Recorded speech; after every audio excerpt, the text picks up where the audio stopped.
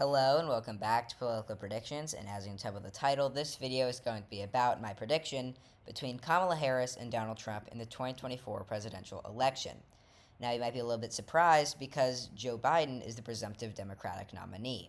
However, ever since the debate on June 27th and Joe Biden's disastrous performance, he has pretty much fallen off the face of the earth when it comes to polling, and there is a lot of speculation that Kamala Harris, the current vice president, could succeed Biden as the Democratic nominee in 2024 if Biden were to step down and choose not to run again.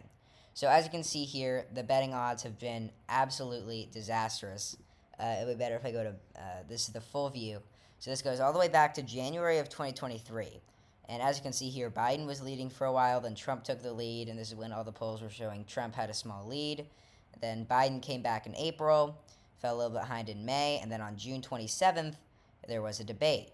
And this was the debate. It was not good for Biden at all. He went from having a 36% chance of winning the presidency to a 22% chance in just one day. So this is the RCP betting odds average. So basically, there are about 6 markets here that have betting odds for who will become president. This is an average of them. So this is the percent chance that Biden has of winning the presidency.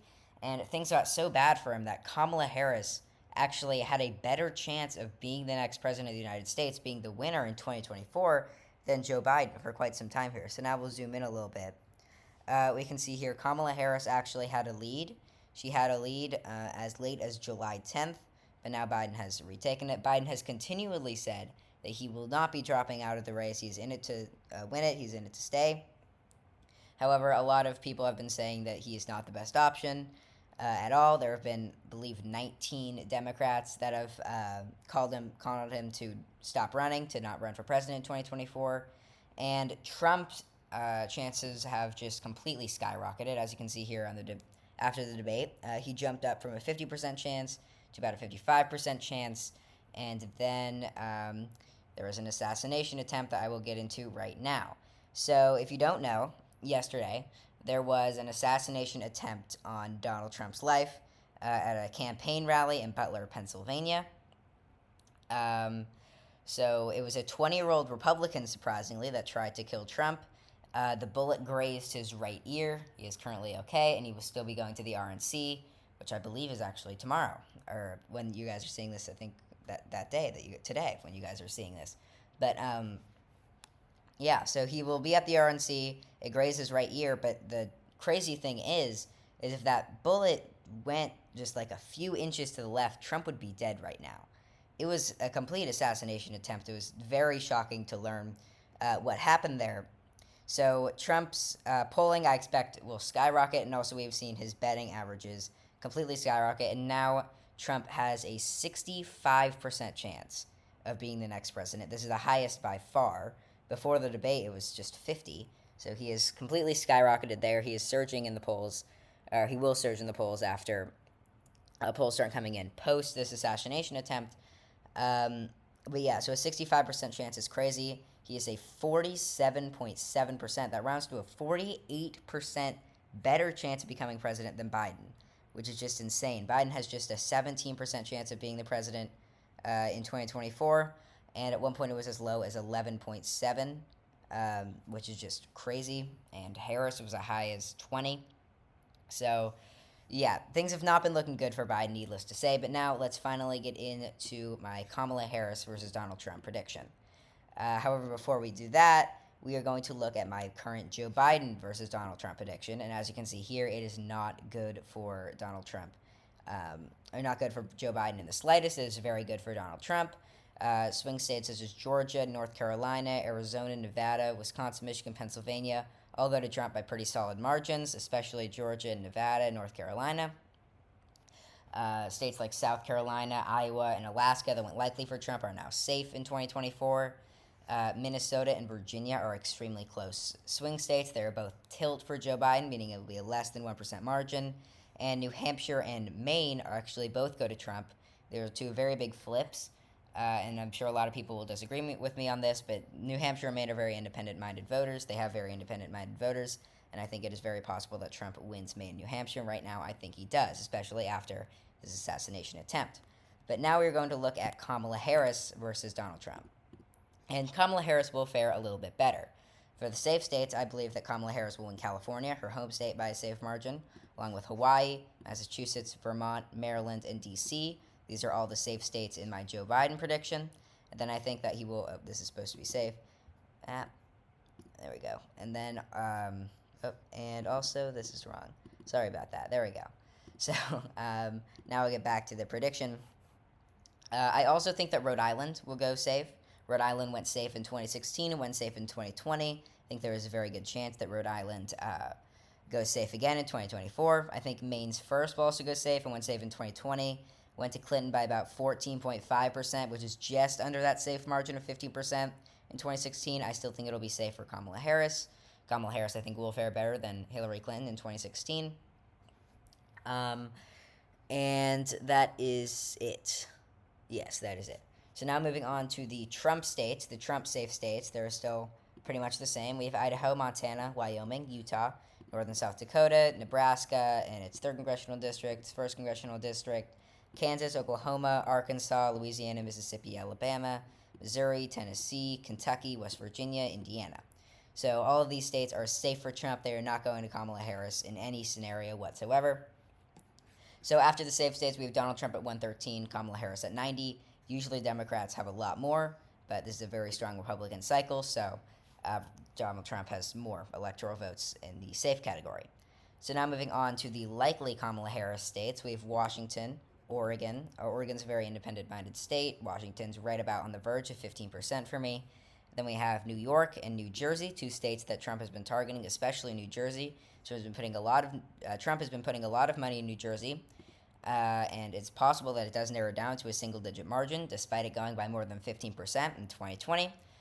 Connecticut, Delaware, Illinois. Illinois was thinking about putting safe, but Illinois is trending right. It voted by the same margin in 2016 and 2020.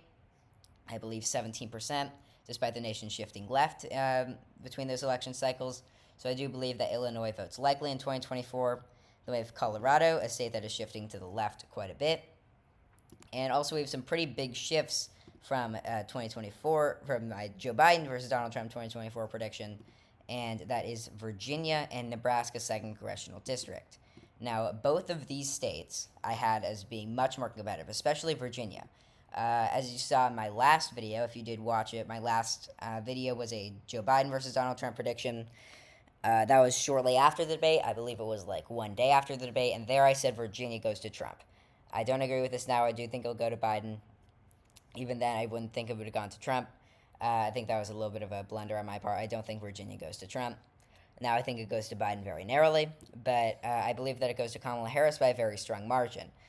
Kamala Harris is obviously an African-American woman. There are a lot of African-Americans in Virginia, so naturally she does have a lot of a benefit with these black voters in the South here. And Virginia does have a large African-American population, so I do believe that Virginia goes to Kamala Harris by about 6 or 7% in 2024, even with Trump targeting it. And this is mainly because in 2020 it went for Joe Biden by 10%. It is going to be very difficult for Trump to flip it. Against Joe Biden, I think it is possible, but against Kamala Harris, I think it might be a little bit out of the realm of possibility. And Nebraska's 2nd is a state or a district that is moving very far to the left. It voted for a Democrat for the first time in 2008, then for the 2nd time in 2020, and I believe it will vote for the Democratic candidate again in 2024, even if that's Joe Biden.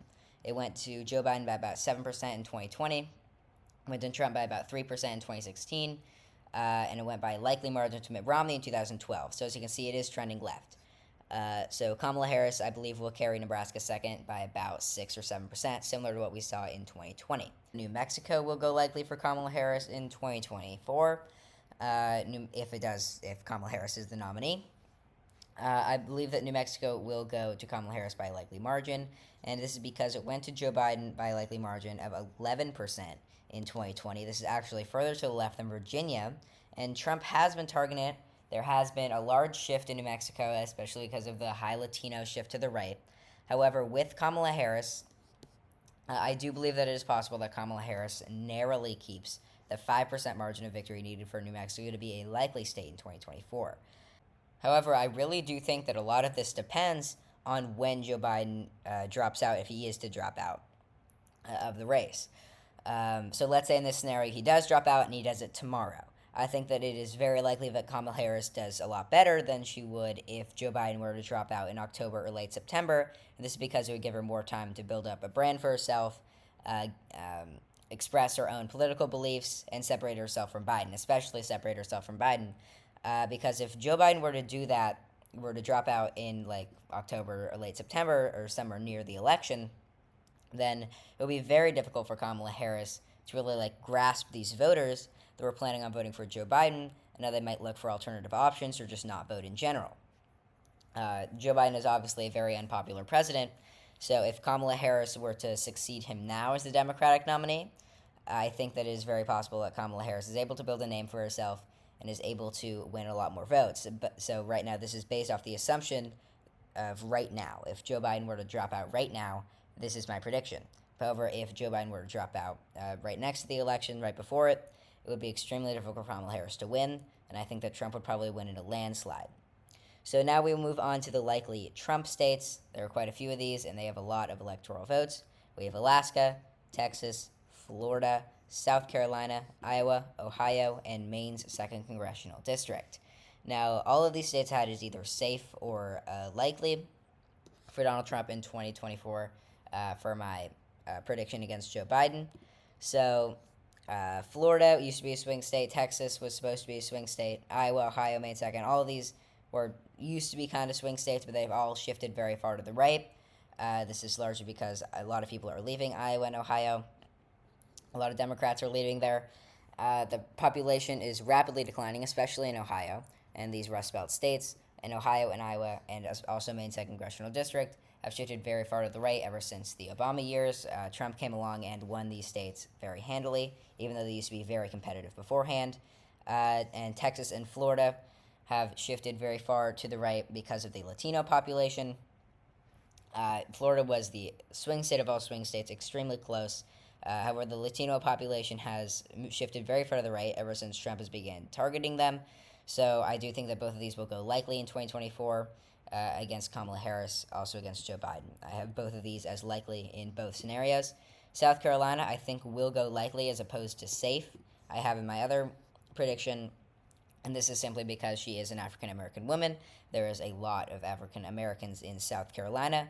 North Carolina, South Carolina, Georgia, these are the states that have like a lot of African-American people, along with Mississippi, Alabama, Louisiana, but these states are not competitive at all in presidential elections. So Georgia and North Carolina, it is very interesting to see how Kamala Harris would do in these states, considering that she is African-American. And then Alaska, an independent-minded state, it voted for Mary Peltola, actually, in 2020. I don't remember what year it was, but they voted for Mary Peltola as the sole House of Representatives member from Alaska, which was a Democrat, which was a huge surprise because Alaska is a very conservative state. As you can see here, I will actually try to pull it up. Let me get it here. Yeah, in 2022, it voted for Mary Peltola, as you can see here, by a likely margin, by 10%, which is a huge surprise. So, as you can see here, it voted for Republicans, and on the presidential map, it is always voted for Republicans. It has only voted for a Democrat one time, I believe. Yeah, it was 1964, the Lyndon Johnson landslide. That was the only time that Alaska has ever voted for a Democrat, I believe. At least, yeah, the only time that it has ever voted for a Democrat was in 1964. And so it has been 60 years that it has voted for the Republican Party, and it will continue to do that in 2024, regardless of if it's Joe Biden or Kamala Harris as the Democratic nominee. But it is moving further and further to the left, and it is possible that it is in play in future election cycles, especially if there is a Democrat-favored electorate, like we saw in 2020. So now moving on to the lean states. We have the lean states for Kamala Harris, and for these I have Maine, I have New Hampshire, I have Minnesota, and this might be a little bit surprising, but I actually have Arizona. So all of these states are lean, and 3 of these actually have going to Donald Trump in 2024 against Joe Biden. So we have Maine and New Hampshire I have going for Trump, and they are both very independent-minded states, as I've said before. I believe that they will both go to Kamala Harris. They were able to sway quite a bit in these elections. In 2016, they were both very competitive. In 2020, neither of them were competitive. So these states do swing a lot. The candidate does matter a lot in these states in New Hampshire and Maine. A lot of states will just vote based off party. As you can see here, there's been like this middle diagonal thing. All of these states are always Republican. They never vote anywhere else. They're always Republican. And the Pacific West Coast, the New England area, is always Democrat. They always vote Democrat. So New Hampshire and Maine are different because they vote based off candidate more than they do based off party. That is why they are independent-minded voters. There are a lot of independents there. So they are able to sway a lot in these elections, and the candidate does matter quite a bit. So if Kamala Harris is the nominee for the Democrats, Maine and New Hampshire, I believe, would both go to Kamala Harris by narrow margins, but still they go to her nonetheless. Arizona narrowly voted for the Democratic candidate Joe Biden in 2020. However, in my map in 2024 for Joe Biden, I have Arizona going to Trump. And I believe that Kamala Harris does narrowly carry Arizona here, probably by about 1%. Actually, I think that she carries it by a tilt margin. I'm going to move that down to a tilt margin. Similar to what we saw in 2020, this is because there was a big abortion referendum here. Arizona is a very pro-abortion state, and obviously Joe Biden and Kamala Harris are more pro-abortion than Donald Trump. So Kamala Harris, I think, would fare pretty good in Arizona. It does have a lot of minorities, which does make it easier for Kamala Harris to win, and also she is a woman, which I think does help with a lot of these white suburbanites. Phoenix and Tucson have a lot of suburbs here in Arizona, and they want to vote for the more safe candidate. Donald Trump to them is not a very safe candidate, and neither is Joe Biden really, but Kamala Harris would seem more safe to them. So I do think that Kamala Harris narrowly edges out a victory in the state of Arizona. Minnesota is the most liberal of these four upper Rust Belt states. As you can see here, it's consistently been the most liberal. In 2016, it was the only one that voted for Hillary Clinton. The other three narrowly voted for Trump in 2016. In 2020, it was the furthest to the left, being the only state that voted for a likely margin to Joe Biden. All the other ones were lean or tilt. So it is the most liberal of these states, and I do think that it does narrowly vote for Kamala Harris by about 2 or 3%, similar to what we saw in 2016 here, probably about 2%. And this is because Kamala Harris will just simply do better in a lot of these places. And even though Kamala Harris will not have as much of an effect on white voters as she will on black or Hispanic voters, all these minorities, I do think that Kamala Harris will still pick up some ground here just because she simply isn't Joe Biden. Joe Biden is pretty much the weakest Democratic candidate that they can put up there, so it is very difficult to win with Joe Biden. With Kamala Harris, I think it is more possible. I think Kamala Harris does win Minnesota. Minnesota is also an inherently Democratic state. I do think that it does vote for It has voted for Democrats for the longest time. The last time it voted for Republican was 1972, I believe. Yes. It even voted for Walter Mondale in 1984. Consistently been a Democratic state. I do think it goes to Kamala Harris in 2024. So now we move on to the lean states for Donald Trump, and these include Wisconsin and North Carolina.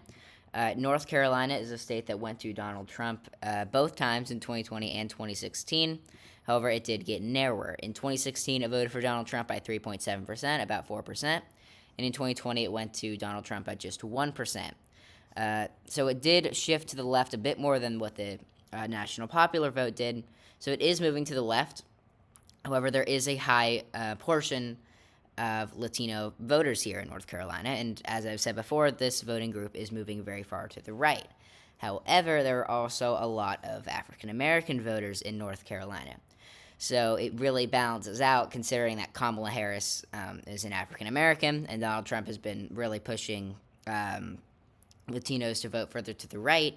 I think that they will balance each other out, and considering that the electorate will move further to the right this election cycle, I think that it'll probably vote for Donald Trump by about 3%, maybe a little bit narrower than what we saw in 2016, when it voted for Donald Trump by 3.7. I think it'll be a little bit narrower than that, but similar to that margin. And then the state of Wisconsin, it went to Donald Trump by a very narrow margin. I keep going on that tab, I'm sorry. In 2016, It went to Donald Trump by a narrow margin, just 0.8%, and then in 2020 it went to Joe Biden by 0.6%. So both times it was incredibly close. But I do believe that it'll be less close in 2020. And this is because that Kamala Harris does not have as big of an influence on these more white voters. So a lot of people right now just assume that Kamala Harris goes along with Joe Biden. A lot of people think Kamala Harris and Joe Biden have like the same positions, and publicly they do, but privately Kamala Harris does have differing opinions than Joe Biden, and those differing opinions will come to light if she is to be the next Democratic nominee. But as of right now, I do think that voters in Wisconsin would probably vote for Donald Trump over Kamala Harris, because a lot of people do view her as just Joe Biden, just a different Joe Biden. And she does not have as big of a grasp on white voters, so even if she does have a little bit of time to become the Democratic nominee, to get a grasp on some voters here, I don't think it'll be enough to flip Wisconsin. Wisconsin is a state that is trending very heavily to the right here. As you can see here in 2012, it voted very strongly for Obama, 7%. 2016, it flipped for Trump, and then 2020, it flipped back to Biden, so it is very close now. But it only flipped by about 1%. It flipped about 1.5%, even though the electorate in 2020 shifted 2%. So it is moving a little bit to the right, and the electorate obviously shifted less from 2012 to 2016 than what Wisconsin did. That was a 7% shift, actually nearly an 8% shift. Very impressive shift for the Republicans there in 2016. So there's a lot of money being invested into Wisconsin right now, but I do believe that Wisconsin is slowly going to shift further and further to the right as people are beginning to leave these upper Rust Belt states, actually the entire Rust Belt states. People are leaving there, which is why in 2020 we saw Michigan at 16 electoral votes, Pennsylvania at 20, Ohio at 18, and now we see Michigan at 15, Pennsylvania at 19, Ohio at 17, Illinois at 19, but when before it was at 20. So the people are leaving these states. The population is declining a lot, and all of them are moving to the Sun Belt regions. And a lot of these voters are Democratic voters, which is why the South is getting more and more purple, and the North is getting more and more purple, even though the North used to be blue and the South used to be red. So soon these are going to switch, and we're going to see the South be more blue and the North be more red. But now back to my prediction. Wisconsin is trending right. It is currently favored for Donald Trump. There's a lot of money being invested in Wisconsin by the Trump campaign, a lot by the Biden campaign, but that will be mostly useless when Kamala Harris, if Kamala Harris becomes the Democratic nominee. She's very much going to have to start over in a lot of these states, which will make it extremely difficult, which is why if someone else wants to be the Democratic nominee, Joe Biden has to drop out now if they want them to have a chance. So now moving on to the closest states of the election, other than Arizona. We have, and also Pennsylvania, I believe will go by a lean margin as well. Pennsylvania is similar to Wisconsin. Joe Biden was born in Pennsylvania, however, that doesn't seem to have really helped to the polls, surprisingly. So this is, let me go to the Pennsylvania polls here. Pennsylvania has actually, according to 538, been the least competitive, which is pretty surprising considering that it wasn't the least competitive, or it was the second furthest to the right. It was the middle of these three in terms of left or right bias. Wisconsin has always been the most conservative. Michigan has always been the most liberal. Pennsylvania has always been in the middle. It was in the middle in 2016. It was in the middle of 2020. However, this time, even with Joe Biden being born there, it has seemed to be further to the right than Wisconsin, which is very interesting. And with Kamala Harris, I believe they will be pretty similar. Joe Biden does have a bit of an advantage because he was born there. But I do believe that Pennsylvania will probably vote for Donald Trump by a pretty solid margin. Not too much of a shift considering that Joe Biden already has a pretty solid advantage in the state of Pennsylvania. So I think that Pennsylvania will be lean. And now we move on to the tilt states. We will start off with Michigan. I believe Michigan will still very narrowly vote for Donald Trump, although this could be the closest state of the election. I could very well seeing it go to Kamala Harris. It will be extremely close. However, I do think that Trump wins Michigan very, very narrowly. We can see here that in 2016, there was a big surprise here. Macomb County was supposed to go to the Democrats. However, it went to the Republicans by 12%, which was a huge surprise here. And this is pretty much what gave Trump the election in Michigan. In 2020, it stayed Republican. which was another big surprise. So Macomb County has really shifted to the right, and I believe that most of these other counties will start shifting to the right as well. Counties like Oakland County. A lot of these counties are going to start shifting to the right as people leave these metropolitan areas in the north. And Detroit does have a lot of black voters, but again, there are less black voters every year. There are less people or not less black voters, there are less people in these states, which does mean less black voters in Detroit. A lot of people are moving to the Sun Belt in this area. So I do believe that with Michigan, even with there being a high concentration of black voters in the Detroit area, these people are leaving, and with all that combined, I do believe that Michigan narrowly votes for Donald Trump. And Georgia is the opposite problem. However, I don't think it is. I think Michigan is a little bit too late for Kamala Harris. I think Georgia is a little bit too early when it comes to trending. I believe that Georgia narrowly does vote for Donald Trump. It did vote for Joe Biden extremely narrowly in 2020 by 0.2%. It was the closest state in the election. Yeah. As you can see here in the Georgian polls, Donald Trump has a lead of 4.9%. If we filter to Harris, it has not been much better. All of these polls, although they were conducted before the debate, before people were really considering Harris as an option, all of these polls are not good. 1 and 3 are all right. 3% margin for Donald Trump is okay. But then recently we have seen a 10-point poll for Donald Trump against Kamala Harris in Georgia, and an 8-point lead for Trump. So these are two very wide margins, very tough for Kamala Harris to overcome. And also, Joe Biden has just left Kamala Harris a horrible hand if she is to become the Democratic nominee. As you can see here, it has very consistently been no less than 5%, other than about right now, where it's at 4.9%. It's been consistently above 5%. At one point, it was at 7% margin for for Donald Trump. After the debate, it got really bad for Joe Biden here. It was a 7.5% lead for Donald Trump. So needless to say, things have been very bad for the Biden campaign in the state of Georgia, a state that he won. So when you are losing by 5% in a state that you won in the previous election, that is a terrible sign. And even with Kamala Harris being African American, I don't think that really makes up 5% of the vote there. And I think it will be extremely close. I think it is very much in the realm of possibility for Kamala Harris to win Georgia. But as of right now, I don't see it happening. And however, I do think it is possible that Nevada narrowly goes to Kamala Harris. And right now, I do think that Nevada narrowly goes to Kamala Harris. As you can see, the polls in Nevada have not been good for Joe Biden either. However, Georgia is an inherently Republican state. Nevada is more of a Democratic state, or a purple state, I guess. We can see here that in 2016 and 2020, both times it voted by the exact same margin, 2.4%, in both elections, in 2016 and 2020 for the Democratic candidate. So it has always been a lean Democratic state, or likely Democratic state, as you can see here. Likely for Obama, lean for Clinton, lean for Biden. So it has always been a very close state, but it has always voted for Democrats. So there are a lot of people that are very open to voting for Democrats in Nevada. And the reason that Georgia went to Joe Biden in 2020 was because Donald Trump was was not a popular candidate at all in 2020.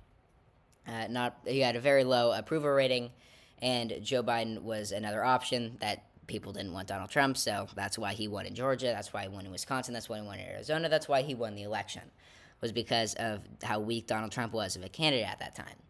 So now we can see here in 2024, it is the reverse. Joe Biden is the weak candidate. So the polls have been showing Nevada as being a more Republican state here. We can see here that right now Trump leads by 4.6. It got down to a 2.9% margin. So it has been pretty consistently narrow ever since about a week before the debate.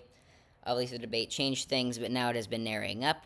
And I think with Kamala Harris, it will narrow up enough to the point where I think Kamala Harris narrowly edges out a victory. It'll be extremely close there. I think it will be extremely difficult for Kamala Harris to do it, but if she really wants to win the state of Nevada, even though it is 6 electoral votes, it is still an important state. If she really invests a lot of money in there, I think she does win Nevada very, very narrowly. However, that is meaningless as Donald Trump does win the election in this scenario. I have Donald Trump at 295 electoral votes to Kamala Harris's 243. So, yeah, that's my prediction between Kamala Harris and Donald Trump. I believe Donald Trump wins 295, Kamala Harris 243. This is a big improvement for Democrats, considering it used to be 318 to 220.